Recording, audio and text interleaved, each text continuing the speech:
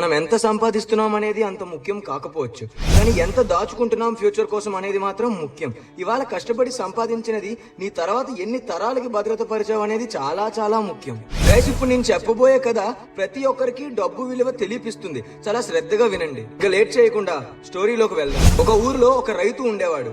పగలు రాత్రి కష్టపడి చెమటూర్చి కుటుంబం కోసం కడుపు నింపడానికి పని చేస్తుంటాడు. అలాగే ప్రతి ఒక్కరింట్లో ఎలాగైతే ఒక లేజీ ఫెలో ఉంటాడో అలాగే ఈ రైతుకు కూడా ఒక బద్ధకపు సోమరపోతు కొడుకు ఉండేవాడు. ఆ కొడుకు కేవలం ఎంజాయ్ చేయడానికి తప్ప ఇంకా దేనికి ఉపయోగపడేవాడు కాదు. రోజు డబ్బుల్ని పాడు చేసే పనిలోనే ఉండేవాడు. వాళ్ళ నాన్న కష్టపడి సంపాదించిన ప్రతి రూపాయిని జల్సా చేస్తూ ఆనందపడతాడు. మనం చేసే తప్పులనేవి ఎక్కువ రోజులు దాచలేము. మొత్తానికి ఆ కొడుకు చిన్న పిసర కూడా డబ్బుల విలువ తెలియదు అని తెలుసుకున్న వాళ్ళ నాన్న ఇంకా వీడికి ఎలాగైనా గుణపాఠం చెప్పాలి అని ఆ రైతు బలంగా ఫిక్స్ అయ్యాడు. వెంటనే ఆ మరుసటి రోజు ఉదయం నాన్న తన కొడుకుని పిలిచాడు మాట్లాడడానికి. వెంటనే కొడుకు పరిగెట్టుకొని వెళ్లి, చెప్పండి నాన్న, పిలిచారు అని అన్నాడు. అప్పుడు ఆ నాన్న, ఒరే చిన్నోడా, ఇప్పుడు ఇంకేదైనా పని చేయాల్సిన సమయం వచ్చింది. నీకు ఏదైనా చెయ్యు, కానీ సాయంత్రం అయ్యేలోపు డబ్బులు పట్టుకొని రావాలి ఇంటికి, లేదా ఇంక నీకు ఇంట్లోకి రానివ్వను. ఇలా చెప్పి తన కొడుకుని ఇంట్లో నుంచి బయటికి పంపించేశాడు. ఎంత సీరియస్ గా వాళ్ళ నాన్న చెప్పినా కూడా ఏం పట్టించుకోకుండా ఒక చెట్టు కింద కూర్చొని లేజీగా పాటలు పాడుతున్నాడు ఆ కొడుకు. ఇంట్లో ఇలా జరిగిన విషయం తెలుసుకున్న ఆ అమ్మ తన కొడుకు దగ్గరికి వెళ్లి, ఇదిగో చిన్నోడా, నా దగ్గర కొంత డబ్బులు ఉన్నాయి, ఇవి తీసుకో అని డబ్బులు చేతిలో పెట్టి వెళ్ళిపోయింది. సాయంత్రం అయ్యాక ఆ కొడుకు వాళ్ళ నాన్న దగ్గరికి వెళ్లి ఆ డబ్బులు చేతిలో పెట్టి, నాన్న, ఇదంతా నేను కష్టపడి సంపాదించినది అని చెప్తాడు. మన పేరెంట్స్ కి తెలీదా మన కోసం? చెప్పండి. ఆ నాన్నకి క్లియర్ గా అర్థమైపోయింది, ఈ డబ్బులు నా కొడుకు కష్టపడి సంపాదించలేదు అని, ఎవరో సాయం చేశారు ఇంట్లో వాళ్ళే అని క్లియర్ గా అర్థమైపోయింది. కానీ ఆ నాన్న ఏం తెలియనట్లు, సరేరా చిన్నోడా, ఇప్పుడు వెళ్ళి ఆ డబ్బుల్ని బావిలో పడేసిరా, ఇంట్లోకి వెళ్దాం అని అన్నాడు. అప్పుడు వెంటనే ఆ కొడుకు ఒక్క క్షణం కూడా తడపడకుండా, ఏమాత్రం ఆలోచించకుండా ఆ డబ్బుల్ని బావిలో పడేసి ఇంట్లోకి వెళ్ళిపోయాడు. ఇలాగే ఆ మరుసటి రోజు ఉదయం కూడా ఆ నాన్న వెళ్లి కొడుకుతో, డబ్బులు సంపాదించితేనే ఇంట్లోకి వస్తావు, లేదా రాకు అని చెప్పేసి నాన్న అక్కడి నుంచి వెళ్ళిపోయాడు. ఈసారి కూడా ఆ కొడుకు వాళ్ళ అమ్మ దగ్గరికి వెళ్లి సహాయం కోరాడు. కానీ సహాయం చేయడానికి వాళ్ళ అమ్మ దగ్గర డబ్బులు లేకపోవడంతో వెంటనే ఆ కొడుక్కి వాళ్ళ ఫ్రెండ్స్ కి ఏదో అబద్ధం చెప్పి కొంత డబ్బులు పోగు చేశాడు. ఇప్పుడు కూడా ఏం పని చేయలేదు. మొత్తానికి సాయంత్రం అయ్యాక వాళ్ళ నాన్న దగ్గరికి వెళ్లి డబ్బులు చేతిలో పెట్టి, ఇదంతా నేను కష్టపడి సంపాదించాను అని చెప్పాడు. అప్పుడు వాళ్ళ నాన్న మళ్ళీ, ఆ డబ్బుల్ని బావిలో పడేసిరా లోపలికి అన్నాడు. వెంటనే ఏమాత్రం ఆలోచించకుండా మళ్ళీ ఆ డబ్బుల్ని బావిలో పడేసి లోపలికి వెళ్ళిపోయాడు ఆ సోమరిపోతు కొడుకు. ఇలా 2 సార్లు గడిచాయి.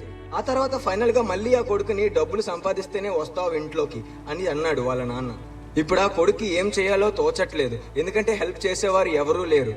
ఇంక ఇలాంటి టైంలో అతనికి ఏదో ఒక పని చేసి సంపాదించడం అనే ఆలోచన తప్ప ఇంకేమీ మిగల్లేదు. అందుకే ఆ కొడుకు ఒక 2-3 గంటల నుంచి తిరుగుతున్నాడు, ఏదో ఒక పని చేస్తే డబ్బులు సంపాదిద్దామని. మొత్తానికి ఒక ట్రక్ లో నుంచి బరువుతో ఉన్న సామాన్లు కిందకి దించి షాప్ లో పెట్టే పని అయితే మాత్రం దొరికింది. అంటే బస్తాలెత్తే వస్తాదుల, లేదా హెవీ లోడ్ మోసే కూలీ లాంటి కఠినమైన పని. ఆఖరికి చాలా కష్టపడి చెమటూర్చి సాయంత్రం వరకు పనిచేసి డబ్బులు సంపాదించాడు. ఇంకా లేట్ చేయకుండా రోజులా కాకుండా నవ్వుతూ ఆనందంతో వాళ్ళ నాన్న దగ్గరికి వెళ్ళి, నాన్న, ఇదంతా నా కష్టంతో సంపాదించిన డబ్బులు అని చెప్పాడు. అప్పుడు ఆ రైతు నాన్న మళ్ళీ రోజులాగానే ఆ కొడుకుతో ఆ డబ్బుల్ని బావిలో పడేసి రమ్మని చెప్తాడు. వెంటనే ఆ కొడుకుకి ముఖంలో ఆనందమంతా పోయి కోపం వచ్చేసింది. కోపంలో ఇలా అంటున్నాడు, మీకేమైనా పిచ్చా నాన్న? ఈ డబ్బుల కోసం నేను 2-3 గంటలు పని కోసం వెతికి ఆఖరికి బరువైన సామాన్లు మోసే పని చేసి చాలా కష్టపడి సంపాదించాను, అలా ఎలా బావిలో పడేస్తా అని అంటున్నాడు వాళ్ళ నాన్నతో కోపంగా. ఇదంతా విన్న ఆ నాన్న బాధపడుతూ ఇలా చెప్పాడు, ఒరే చిన్నోడా, నేను నీ ఒక్కరోజు సంపాదనని బావిలో పడేయమంటేనే నువ్వు ఇంత కోపం అయిపోతున్నావు. ఒక్కసారైనా ఆలోచించావా? నువ్వు నా ఎన్నో నెలల సంవత్సరాల కష్టాన్నంతా సంపాదించినదంతా రోజు వేస్ట్ చేస్తూనే ఉంటున్నావు.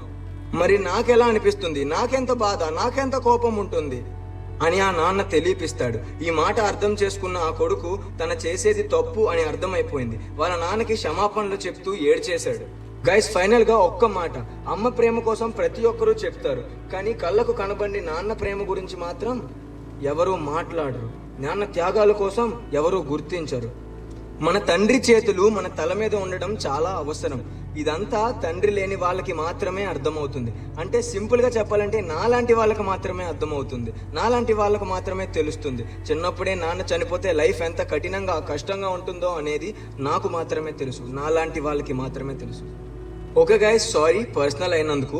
Anyway, thank you for watching and like, share and comment చేయడం మాత్రం మర్చిపోకండి. మీకు ఎలా అనిపిస్తుందో మన వీడియో కమెంట్ లో తెలియపించండి. లాస్ట్ వీడియోస్ చాలా మంది కమెంట్స్ వచ్చాయి. Thank you guys for loving our channel. ఇంకా సబ్స్క్రైబ్ చేసుకోవడం మాత్రం మర్చిపోవద్దు. Bye bye, thank you.